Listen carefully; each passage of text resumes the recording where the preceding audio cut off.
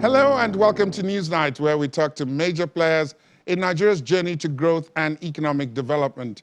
I'm Ladi Olawale. Thanks for joining us.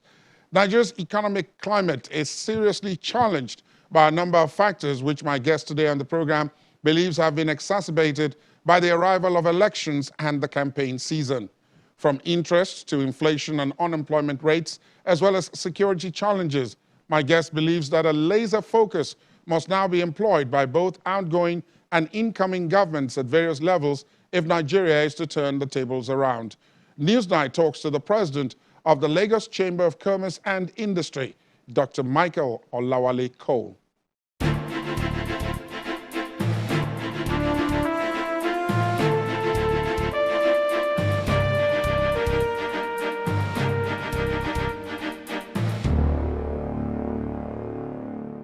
Dr. Olawale Cole, thank you for your time. Welcome to the program. Thank you very much. My pleasure being here. You became president of the LCCI in December of last year. That's 2021.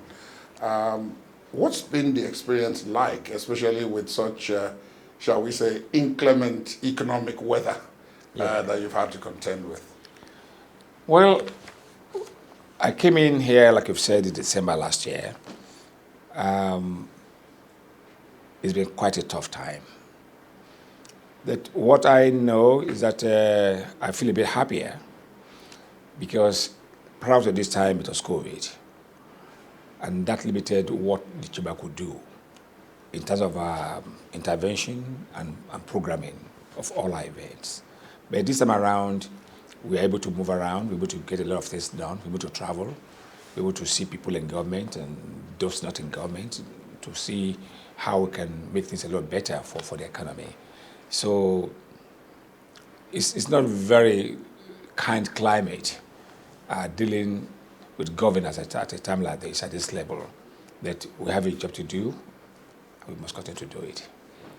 You referenced it in your answer to the question there when you talked about the weather. And this time you're talking about the economic weather. Many people have already described it as fairly inclement. It's tough. And it's been made even worse, first by COVID, which you also talked about, and then now by other disruptions, some of which we have no control over. For example, what's going on in Ukraine, which has created a spiral-on effect in various sectors. But if we bring it back home here, what's your view today about the general business environment? Where do we stand with that?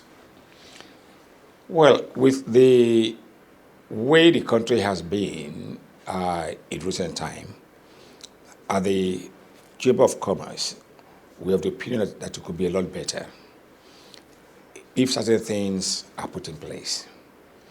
We know, of course, that government is faced with a lot of challenges, a number of which are due to factors not within their control. But there are a lot of factors within their control that we feel that the country leadership should look at very seriously. If you look at the issue of inflation, if you look at the issue of oil subsidy, if you look at the issue of unemployment, if you look at the issue of insecurity, if you look at the issue of forest management, these are things that are up to a point within the competence of government to handle. But one way or the other, there's been a bit of lack of the political will or the courage to do something that ought to have been done. If those things were done much earlier, we wouldn't be where we are today.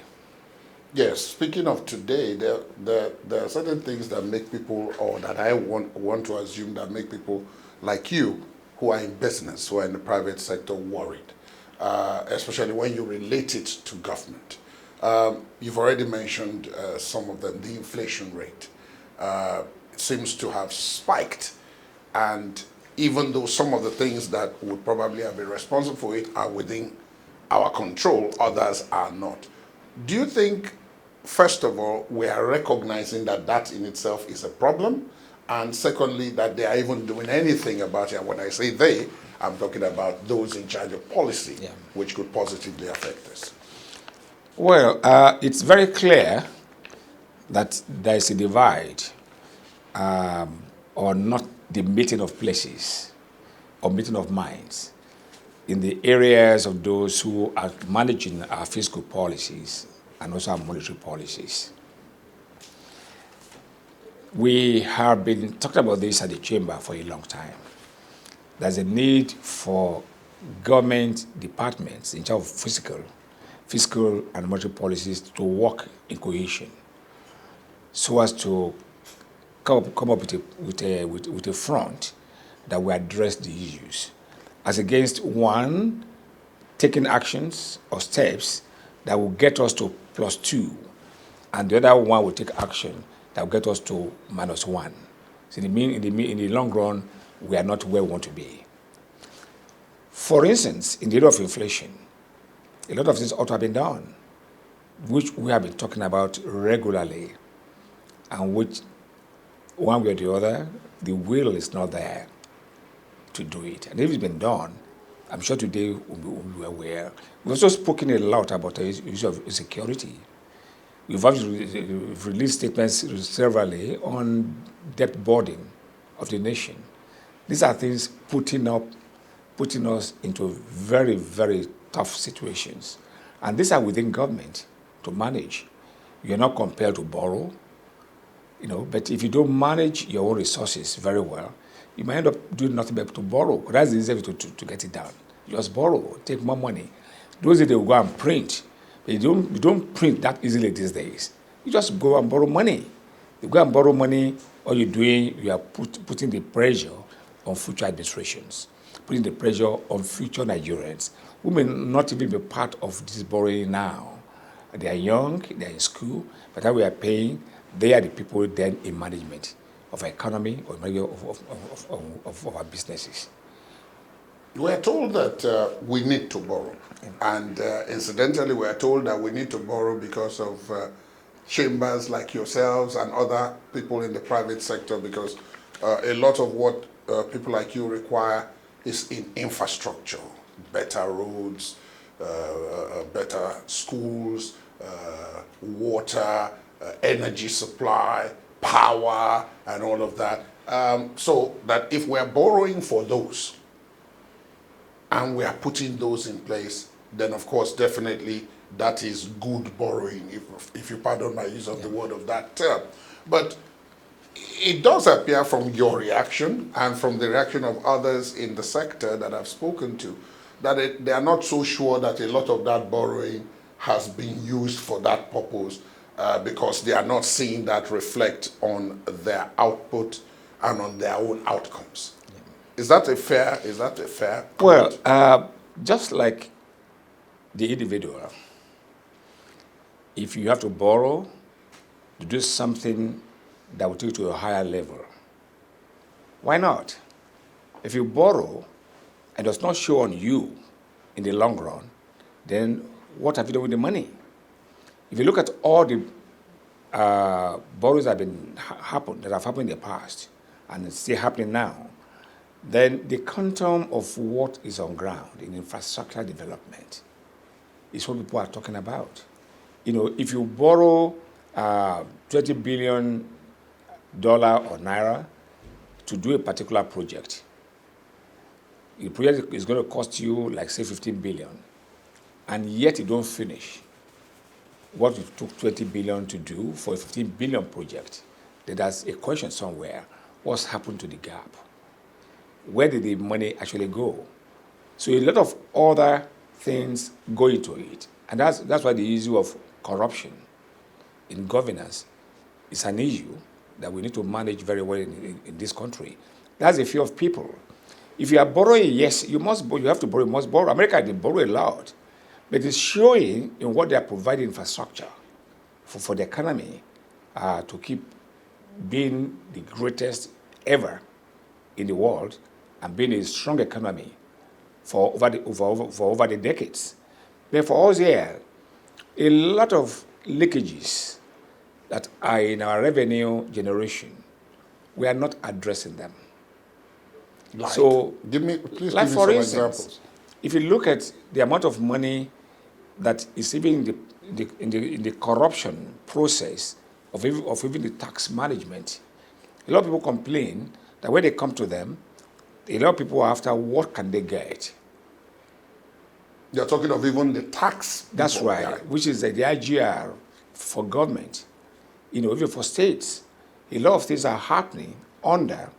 That should not happen. If those things do happen, it will diminish what government will have access to in the long run.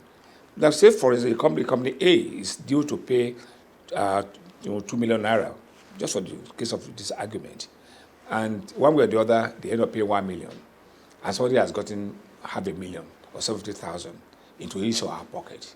These are the things that happen in government.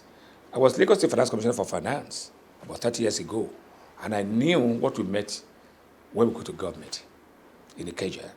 And we had to put in place a lot of things to encourage tax people, our Inner Revenue Department. A lot of pressure was put on them.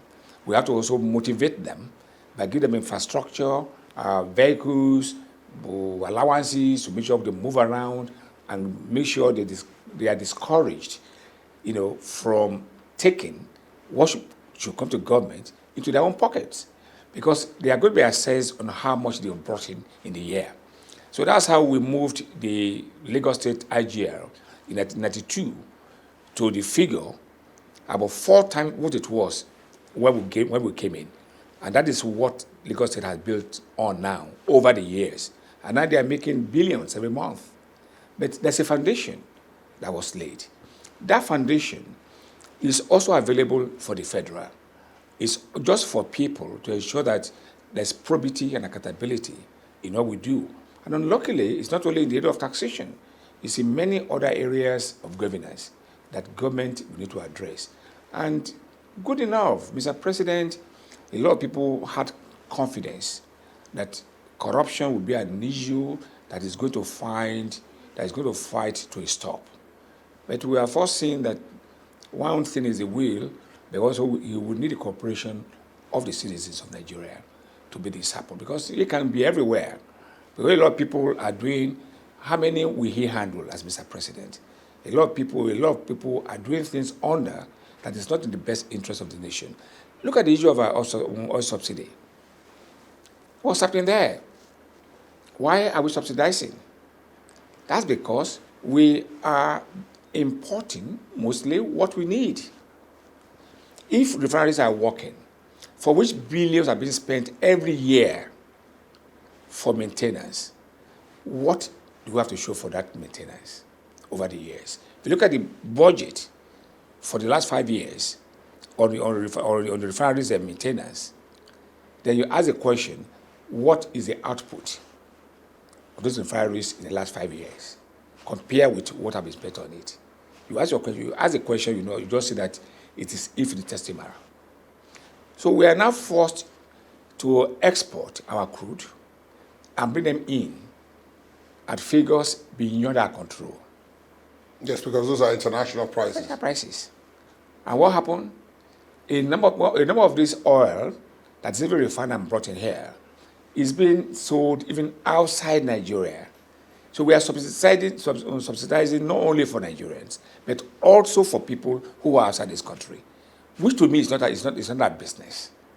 Especially when we are under pressure like this. If we are very buoyant, you can help your neighbors. But you can only help your neighbors when you are comfortable. If you help your neighbors while you are struggling, while you are suffering, you might end up dying. And you now save your neighbor and you are dead. So I will expect that if they want to help our neighbors, it's a good idea, but not at the expense of Nigerians. So a lot of letters leave Nigeria borders, and that is part of the subsidy that we are paying. And if we are not getting refinery to work, we're also importing, and this what we are importing is not used by Nigerians. That you are saying you are subsidizing their, to make them more comfortable. What of those who are not Nigerians? How do you account for that subsidy? And that's part of the subsidy. In fact, it could be a major part of the subsidy, because a lot of things are going out of the country, which government is aware of. Also, even look at the issue of our oil theft. These are things that I say that if you borrow because you have no source of your own, nobody will blame for you. But if you borrow without blocking your own leakages, as a man, go to the bank and keep borrowing all the time, you'll be in trouble. But if you know you are spending in areas you have no business spending, you curtail it. If you know your money is missing, one way or the other, through some customers, through some business associates, you try and block it. After you've done all that, you now know, well, I'm now at a point of comfort where I can say, most of my revenue that belong to me, I'm getting them. You can always want to borrow, you can then borrow. But if you are borrowing, when a lot of money is still available for you to tap into, and you don't tap into it, then that borrowing to me is not quite expedient. Look at the oil theft again. People are aware that there must be a high level of conspiracy for it to happen. Yeah, because for you to be able to extract oil, even if it's at the level of refined products from either the pipelines or from the state, you have to have some level of technological know-how. And some security. Because these are not taken away only by car, only by lorries. They also go away by ship, by vessels that go on the waters. And there are people who are managing these waters in terms of control of security. Then people are asking questions, what happened? Where are the eyes of these people when those vessels were sailing out of the country? And which brings us back to the argument about corruption. But then the basic argument about subsidy I wanted to ask you about, which is that there's supposed to be a spiral effect of this subsidy, which is why so many people say, no, we shouldn't just throw away the subsidy. I'll give you an example, especially, again, given our own situation.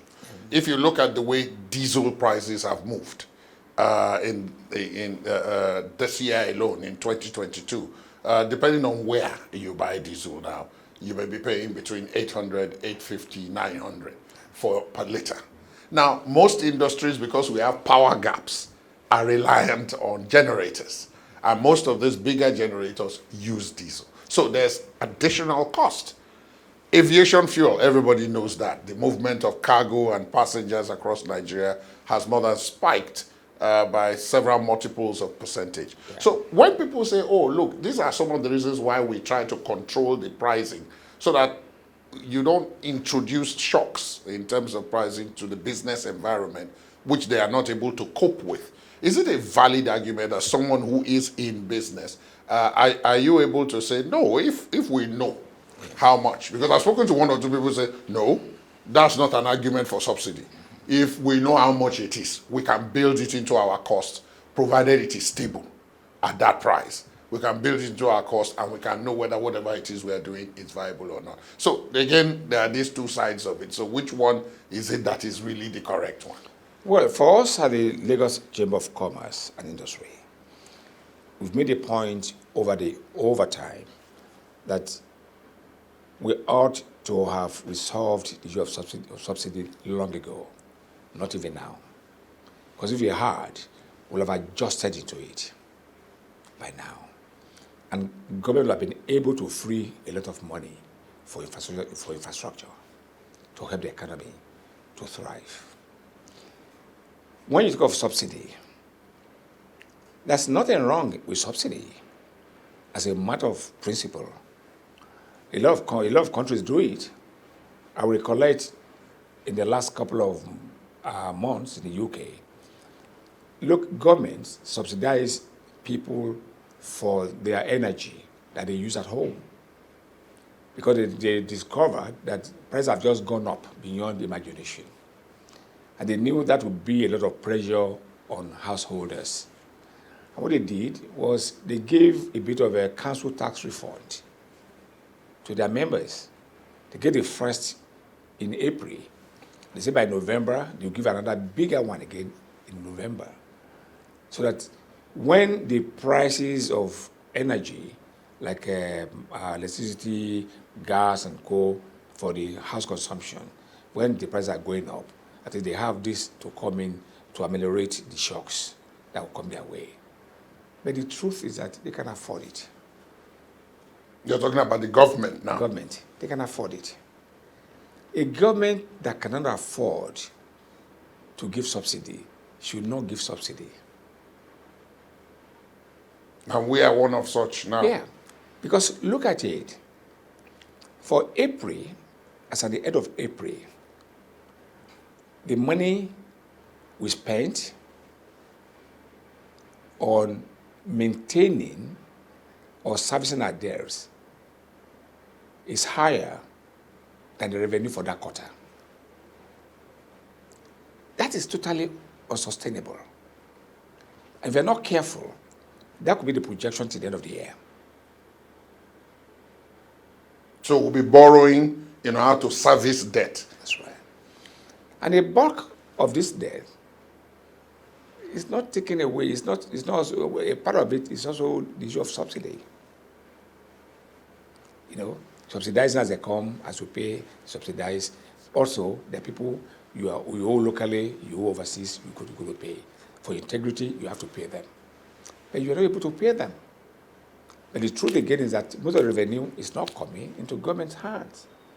The revenue from oil is going to private hands through oil theft. And unluckily, government appears to be unable to do anything about it. We have sent out several papers to government on this from here, from the chamber, appealing to them of the need for them to address this issue of oil theft and save the economy of this nation. But the truth, if you don't subsidize, a lot of people will be in trouble. They couldn't be able to maintain any good level of living. And that's the argument of labor, that how will people survive?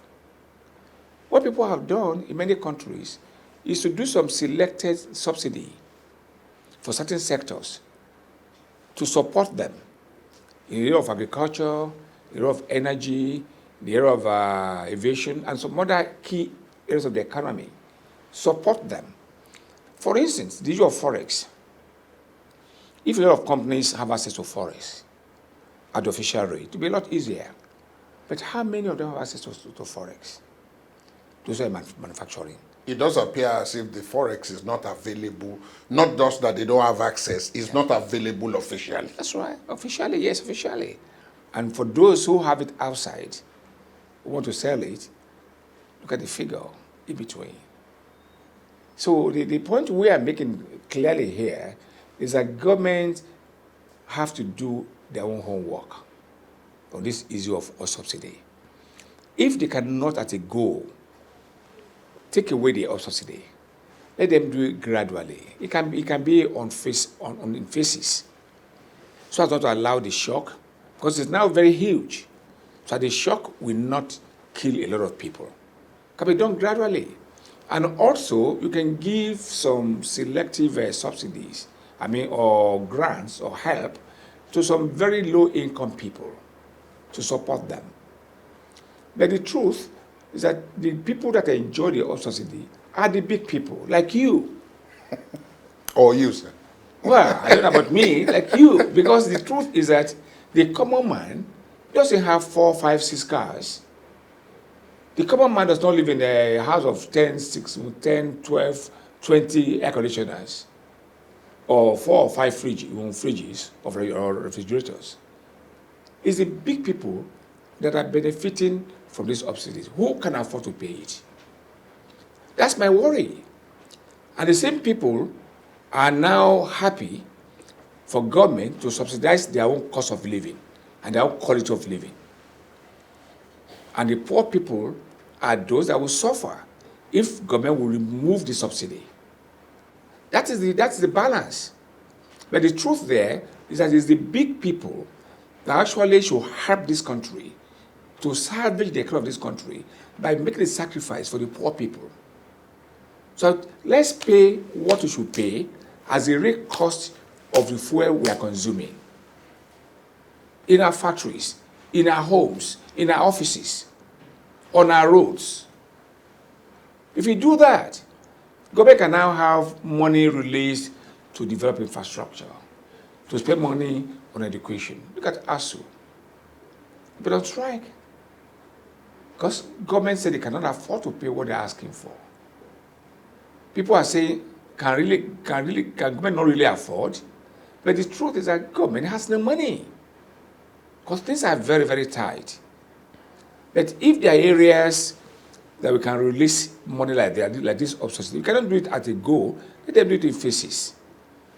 Then target some key areas of governance that require help. It got to a point, in time of COVID, England, America, they gave checks to their citizens to help them. Yes, direct. Yeah, direct to help them. Millions will receive checks by post. That's governance. But as you said, we can't because the government isn't in a financial position to do it. But the truth is that from what we are as a nation, we have more than enough to live on.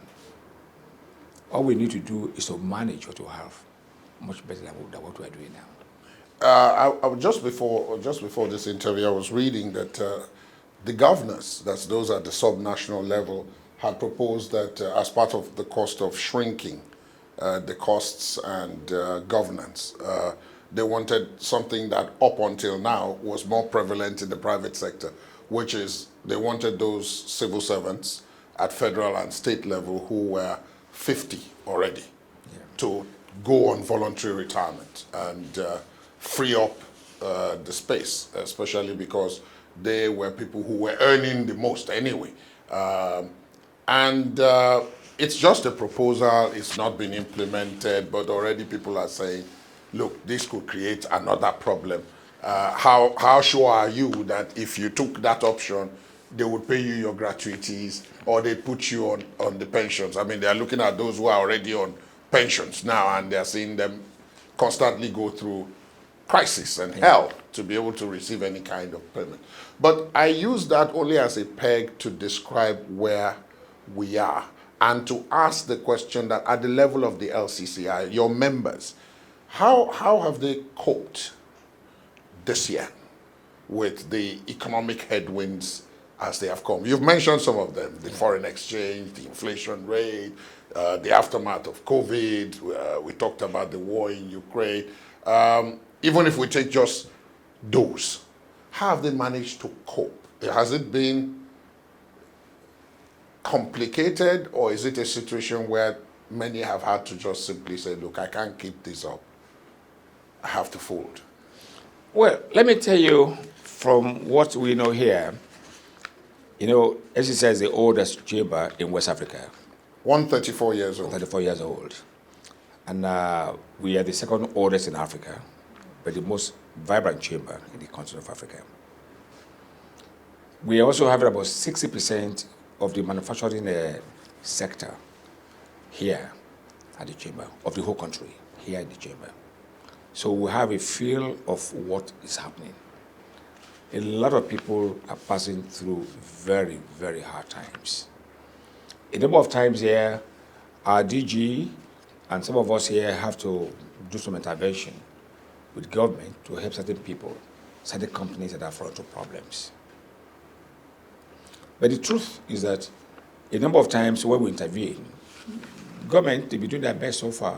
They do intervene to help some people when they apply for loans, when they apply for grants, when they apply for some sort of grant, some of our special funds that are available in government, in central bank.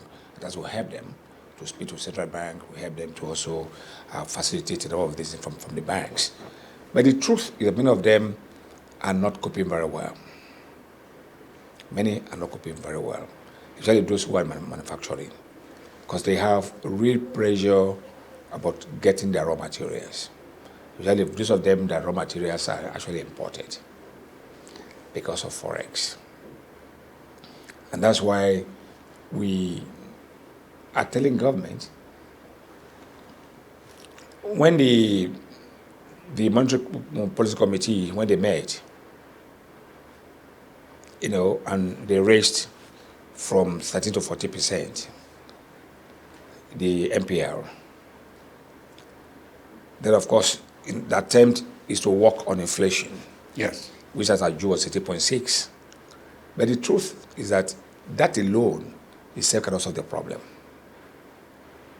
Because a number of these companies, they are really suffering because of inflation. Costs are very, very high. Forex is not available for them. Now they have to look for other sources to get money. To be able to pay for raw materials that are being brought here. When they come in here, they don't have the light to work on. They have to use generators and buy diesel at 800, 850, whatever it is. One of them, they have no roads. They have to manage the roads that lead to their factories. Many of them, no security. They have to provide their own security.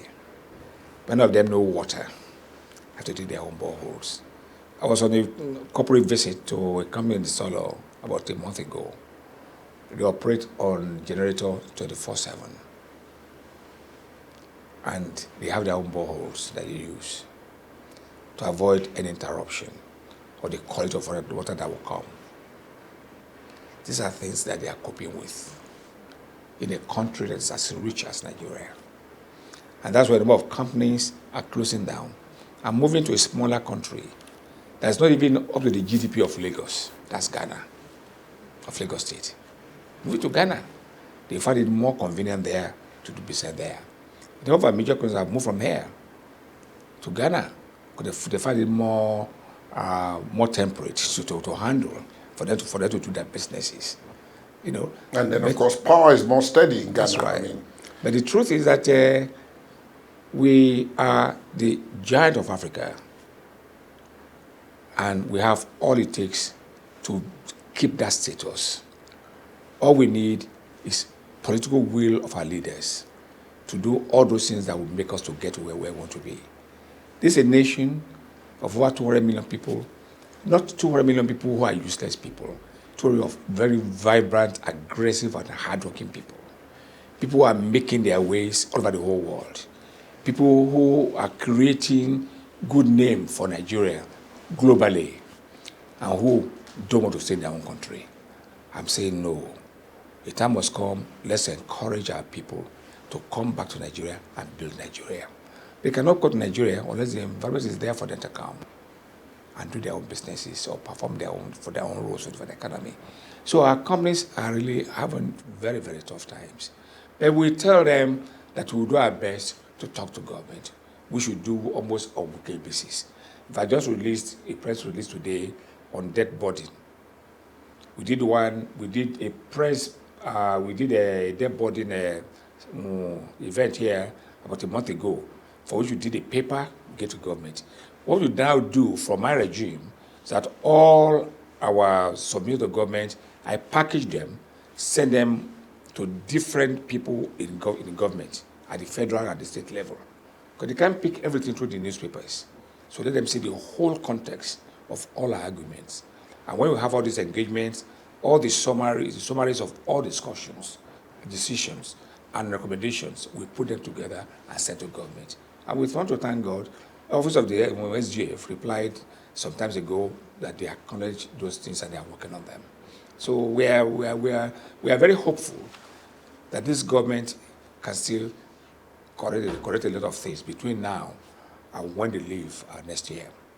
But security, which you referenced at some point, there will be those who will say, well, Lagos has not really borne the brunt of security, and therefore LCCI should not have problems in terms of security. It wouldn't be like the Abuja Chamber of Commerce or the Kaduna Chamber of Commerce or others who have been at the center of security concerns. Is that true? Has there been no cost to LCCI in terms of security? To start with, people are looking at LCCI as a Lagos State Chamber of Commerce. We are not. We're not a city chamber. We're a national chamber of commerce. When the chamber was established in 1888, there was no Nigeria. Until 1914, we had the amalgamation. There was no Lagos State in 1888 when the chamber was established. So we're not a city chamber of commerce. We're a national chamber of commerce. So when we speak for Nigeria. You can see most of our engagements are not necessarily for Lagos State. Because they apply to Lagos State, but most of them are national. We look at SCCI, we look at things globally. We have sent papers to government on insecurity a couple of times because of our desire to have a Nigeria that is peaceful. Because whatever happens in Northwest, Northeast, with one day at a point affect Lagos. Not necessarily in terms of invasion, but whatever is happening there will affect us. Because a lot of people have to now move from those states into Lagos and put a lot of pressure on Lagos resources. Lagos are accommodating a lot of more people, and they are forced to now cater for a lot of more people than one will expect, because what is happening in all other parts of the country. So the earlier we try to address those issues, the better for Nigeria, the better for Lagos. Whereas Lagos will be having more than enough share of the burden of Nigeria. Nothing must go wrong with Lagos, because Lagos is the heart of Nigeria. If the heart is in trouble, then the whole country the whole body is in trouble. So if Lagos economy is in trouble due to insecurity, then the whole country is as good as gone. And I pray that will be our portion as a nation. So we don't have to wait until they invade Lagos or start appealing to government to do all they need to do. I even got to a point I have to say, if it's becoming very obvious that we cannot handle this on our own, there's nothing wrong asking for help. It should get to that point.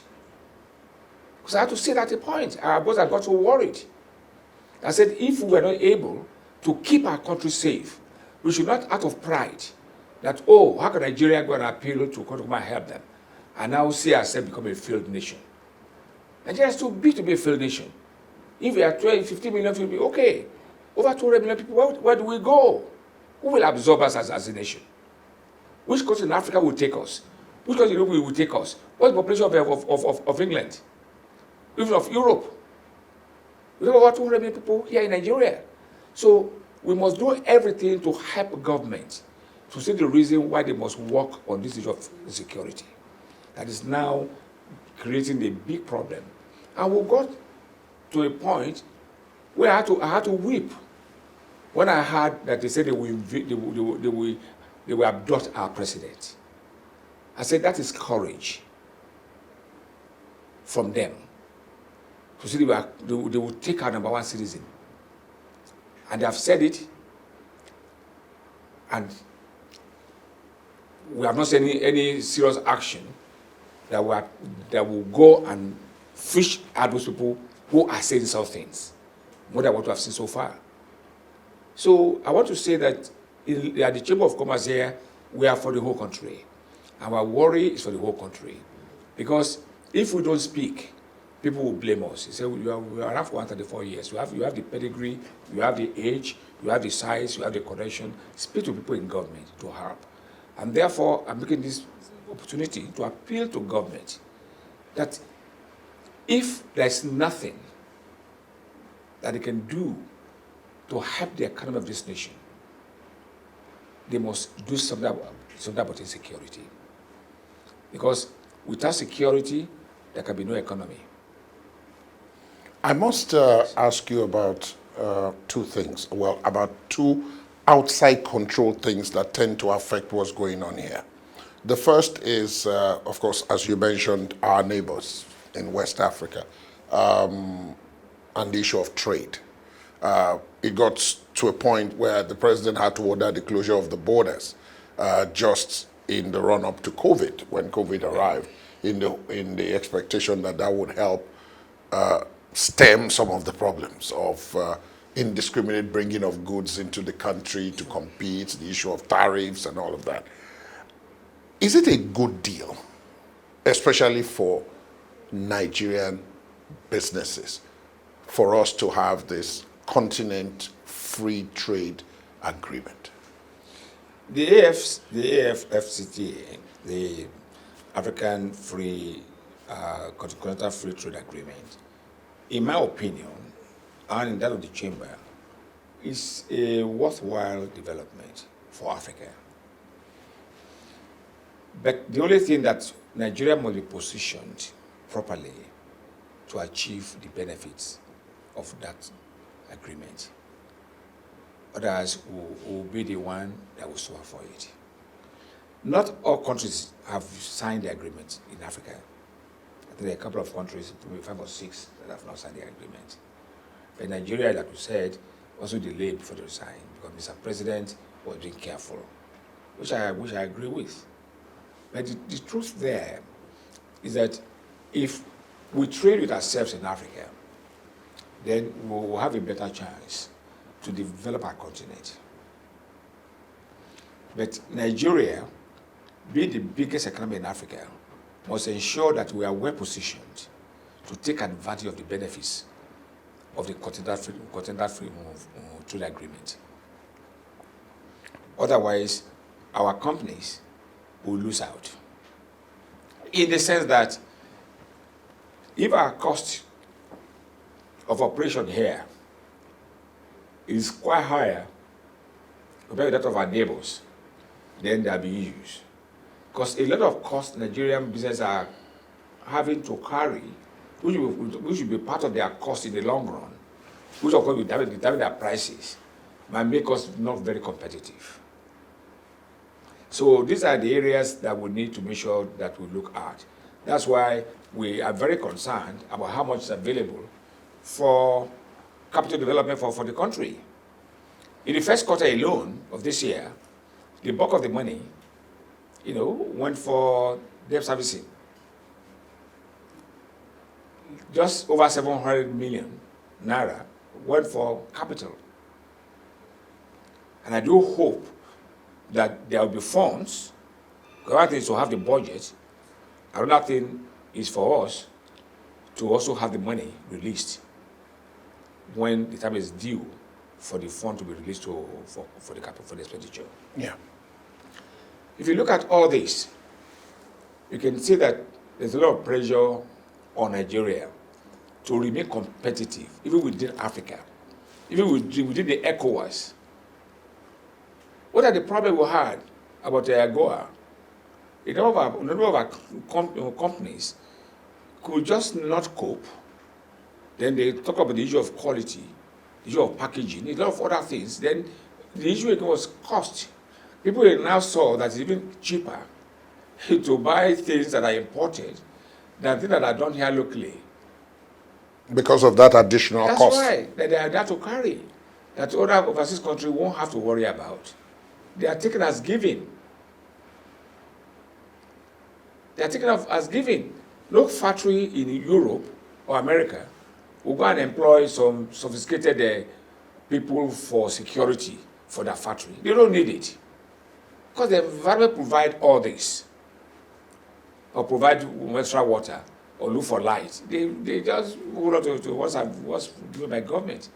Unless those who are in special industries, that they must have it on in Toronto for as long as life is. When they are doing some operation, they put on generator.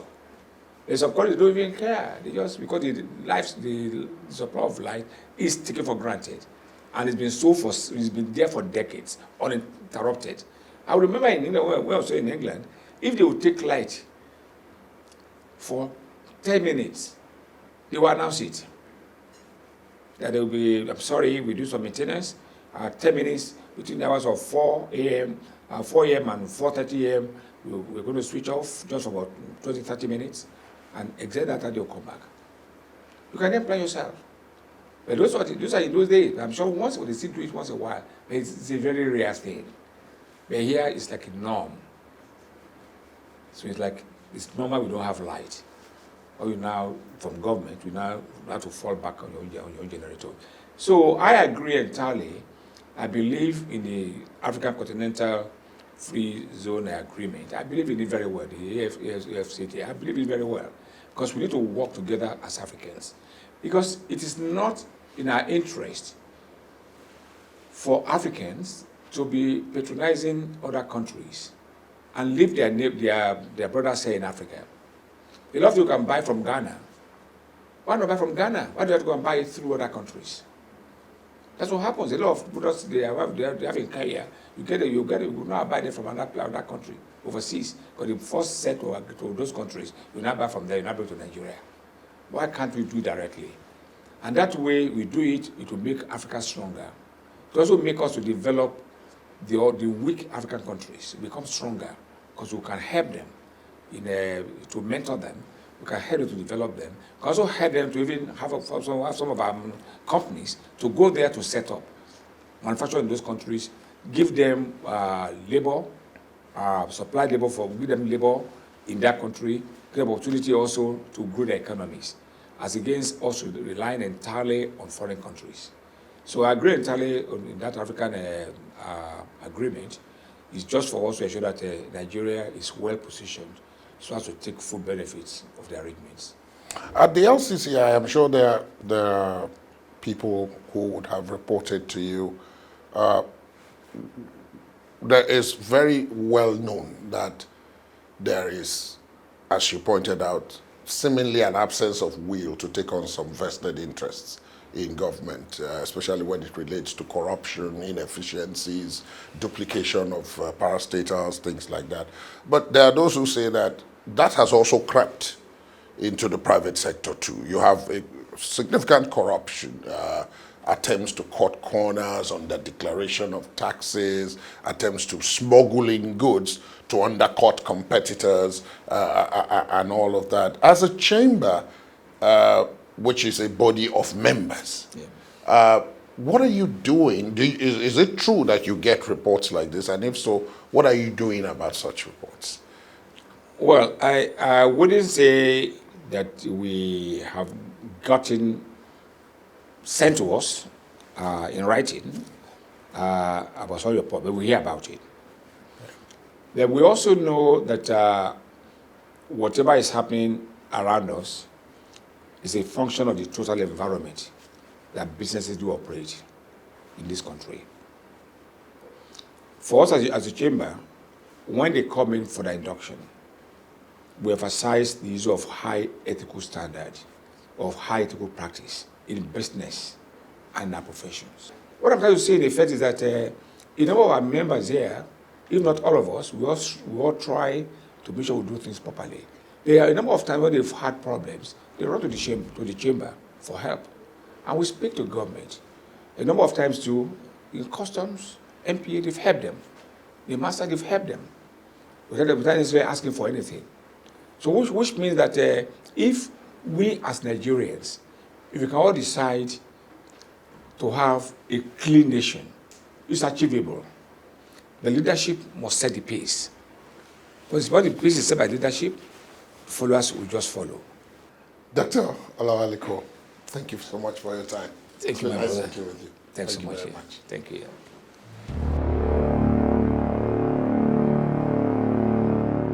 That's our program today. We would, of course, like to hear from you on the conversation. Our social media handles are right there on your screen. You can also listen to this and previous episodes of the program via our podcast. Please visit our website, channelstv.com/podcast to get started. I am Ladi Akeredoluwale. Goodbye.